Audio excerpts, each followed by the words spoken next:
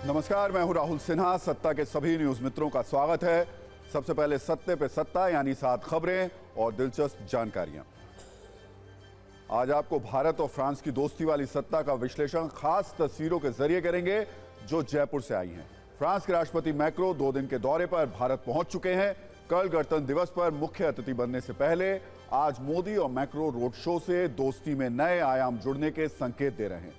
ये दोस्ती क्यों खास है, ये आपको बताएंगे। जयपुर पहुंचने से पहले पीएम मोदी ने आज बुलंदशहर से लोकसभा चुनाव का बिगुल फूंक दिया। पश्चिमी यूपी को 19,000 करोड़ रुपए की सौगात दी। बोले, प्राण प्रतिष्ठा के बाद अब राष्ट्र प्रतिष्ठा का वक्त आ गया है। एक तरफ बीजेपी लोकसभा चुनाव का बिगुल फूंक रही है, वहीं दूसरी तरफ बिहार में महागठबंधन में मतभेद अब सामने आ चुका है।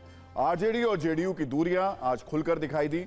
बिहार में कैबिनेट मीटिंग से अचानक नीतीश कुमार क्यों निकल गए, बैठकों का दौर और नाराजगी वाले बयान क्या कह रहे हैं, इसका भी विश्लेषण करेंगे। मतभेद सिर्फ बिहार में नहीं है, पश्चिम बंगाल में कांग्रेस और टीएमसी की दूरी भी सामने आई है। पश्चिम बंगाल के कूच बिहार में राहुल गांधी की न्याय यात्रा से ममता बनर्जी ने दूरी बना ली है। अकेले चुनाव लड़ने का ऐलान वो पहले ही कर चुकी हैं।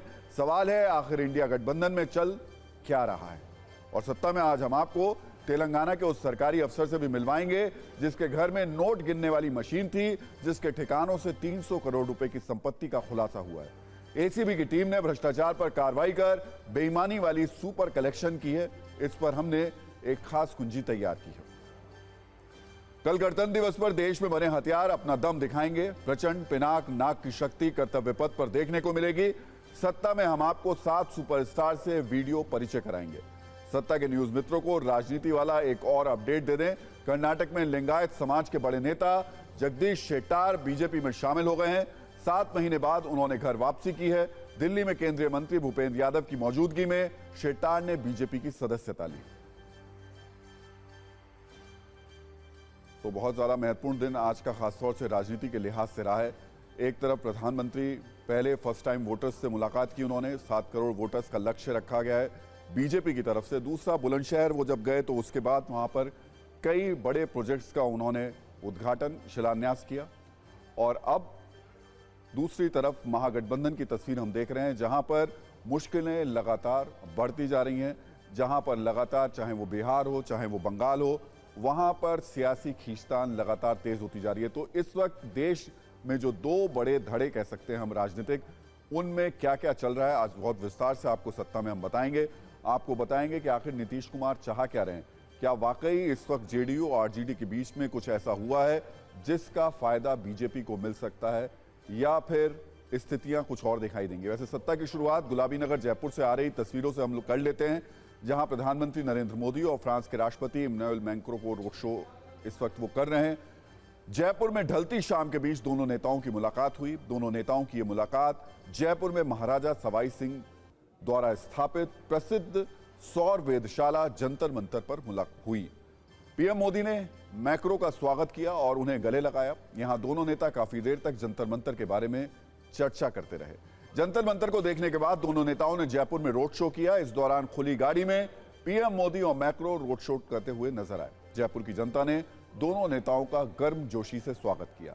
दोनों नेताओं ने भी हाथ हिलाकर लोगों का अभिवादन किया। रोड शो की दूरी 1.5 किलोमीटर तय की गई थी। इस दौरान फ्रांस के राष्ट्रपति जयपुर में हुए खास स्वागत से अभिभूत नजर आए। बता दें कि इससे पहले राष्ट्रपति मैक्रो आमेर फोर्ट भी गए थे, साथ ही छात्रों से भी बात की। हवा महल के सामने प्रधानमंत्री नरेंद्र मोदी और फ्रांस के राष्ट्रपति ने शाही चाय पीने का एक कार्यक्रम भी रखा। हवा महल से दोनों नेता होटल रामबाग पैलेस पहुंचेंगे।